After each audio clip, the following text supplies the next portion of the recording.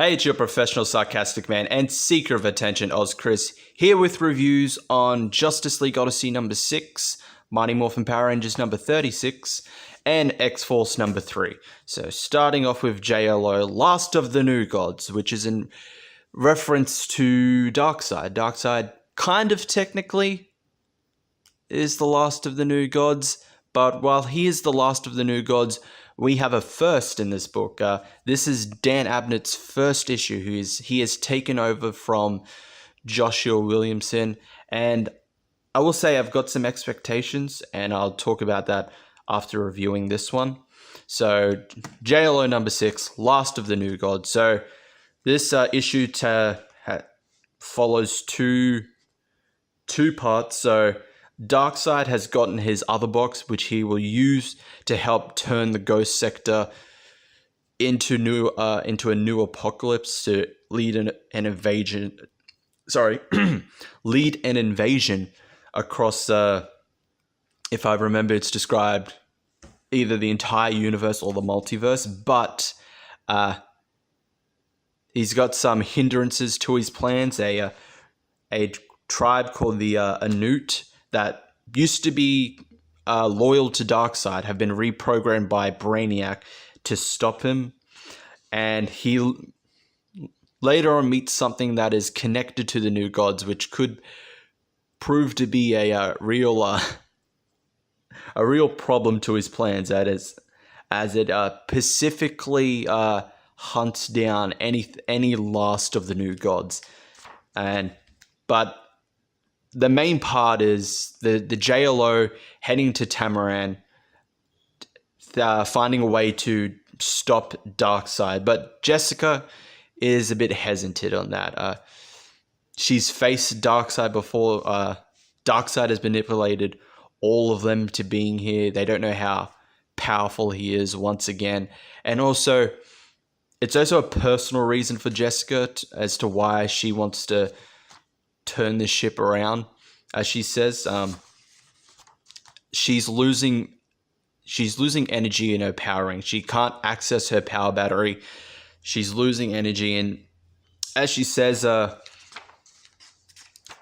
later on, without it, I'm just a girl who gets scared even thinking about leaving the house. I definitely can't fight a god. Every construct, every translation, it all has a cost. You can't count on me.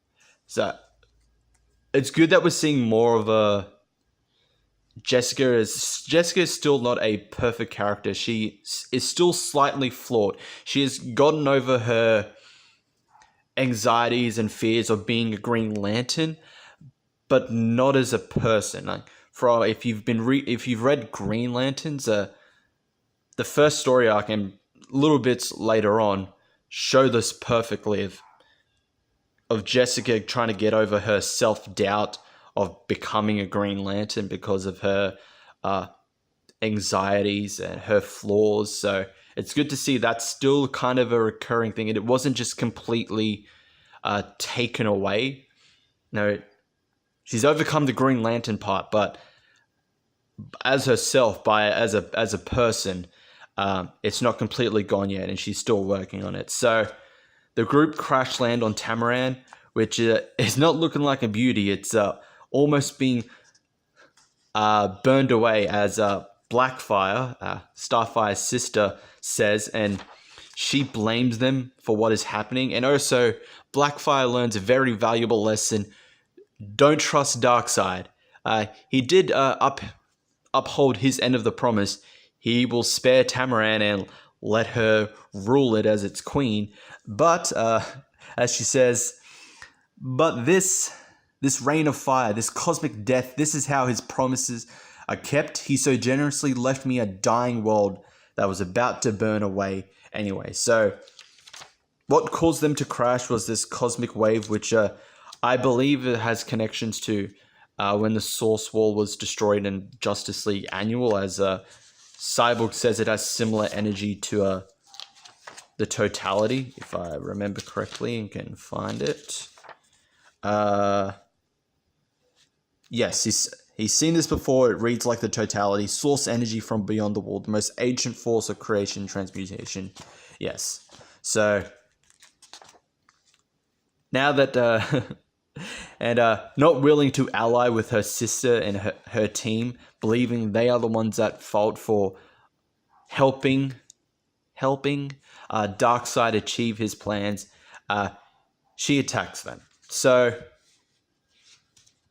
overall art, I will say 4.5 out of 5. It's really, really good. I've been loving the art by...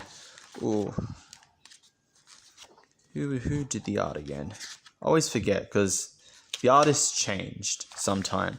So, we got art by Carmine Di Giodomenico, art as always, and Ivan Placencia on colors.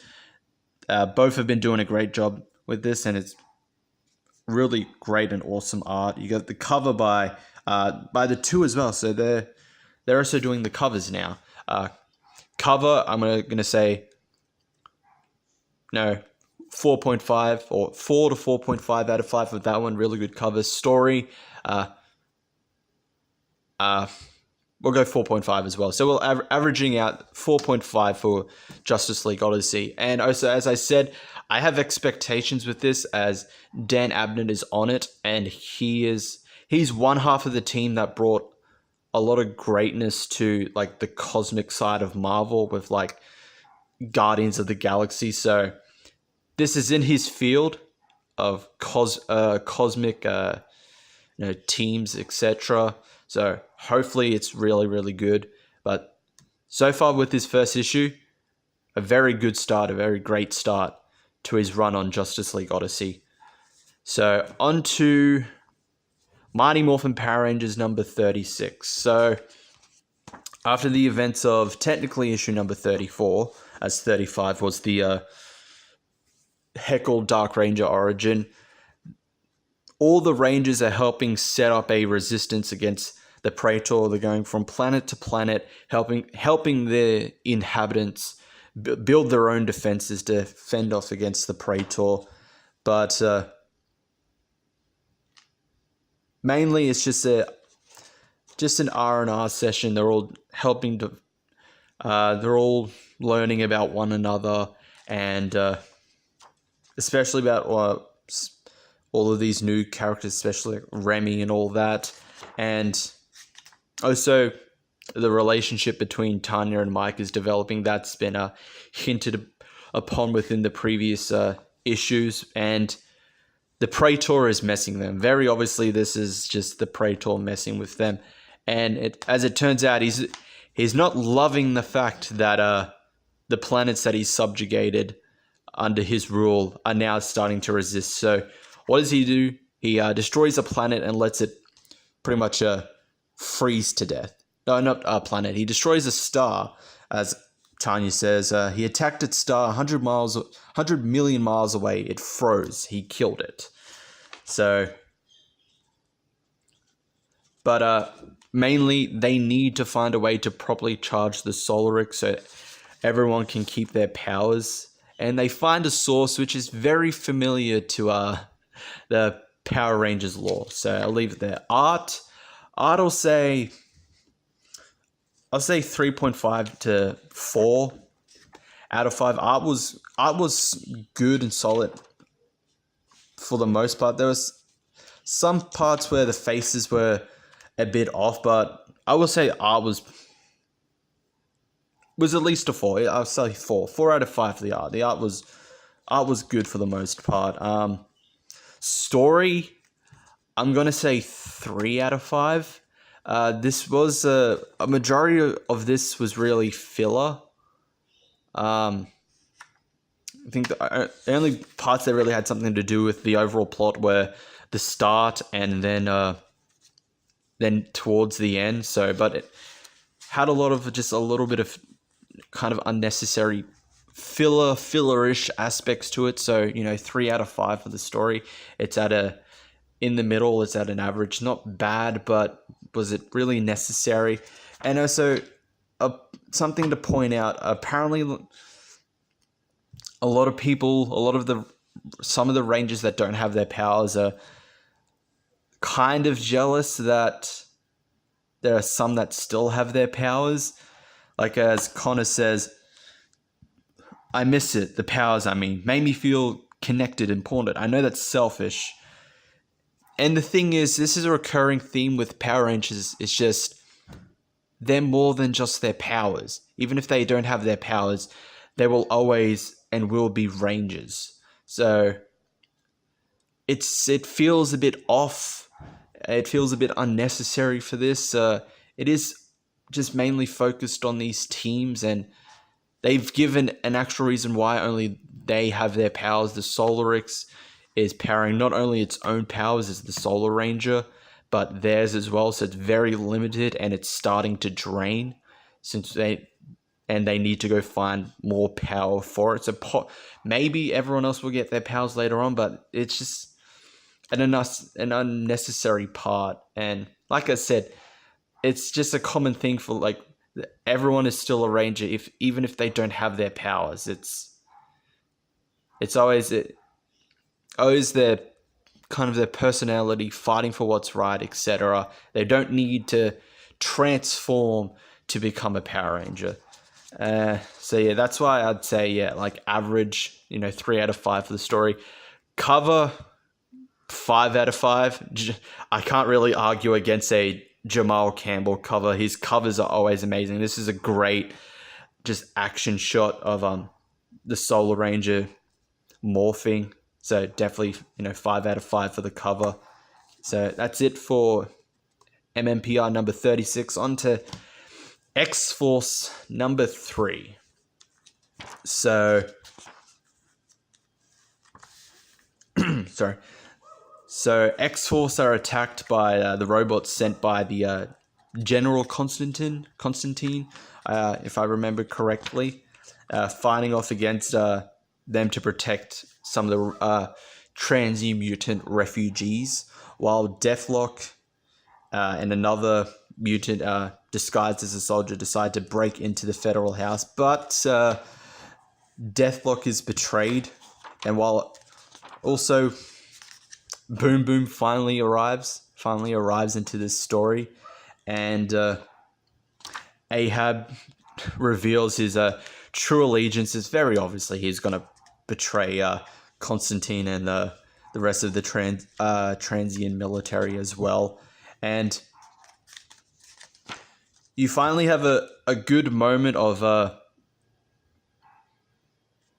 someone trying to trust Kid Cable, trying to deal with this overall, like, why X-Force has been hunting him is like, well, you killed the Cable that we know and love, so why should you be here, and why should we trust you? Cannonbolt so far is the only one that's tried to giving his whole like history with the older Cable that everyone knows of, and trying to reassure, if you really are that same Cable, can we honestly trust you?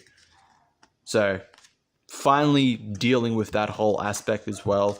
And I'll leave it there. Art, I'd say 3.5 out of art. As I've said with the previous 2 issues, I'm not a big fan of this art style. It's really good with like the action shots, the art and the coloring. It's really good with the action shots. Like, this is probably one of the best looking pages with the art, and it's just Boom Boom arriving on top of Domino's car. So yes, I'm still not like a fan of a lot of the faces, but I think the art works at its best in the action shots. Same most time with the coloring, but I think sometimes it's just there's a little too much black in a lot of parts, but that's probably just me. Story 3.5 as well for the story. It was an okay-ish issue, and it's still enough to at least hold my interest to see how the story finishes, but it was okay, average. It was mainly just there for the action. Cover 3. I'm gonna give the cover a 3 out of 5. Because it's just a bland red background. They couldn't add anything more to the background. It's just add a little something. You got the shot. You got the shot of like Ahab about to attack or consume Domino, Warpath, and Kid Cable, but there's nothing going on in the background. It's just a bland background, just empty, an empty red background. So overall, it's a 3.5 out of 5 for X-Force number 3. So that is it for these 3. Thank you all for watching. I'll see you all next time.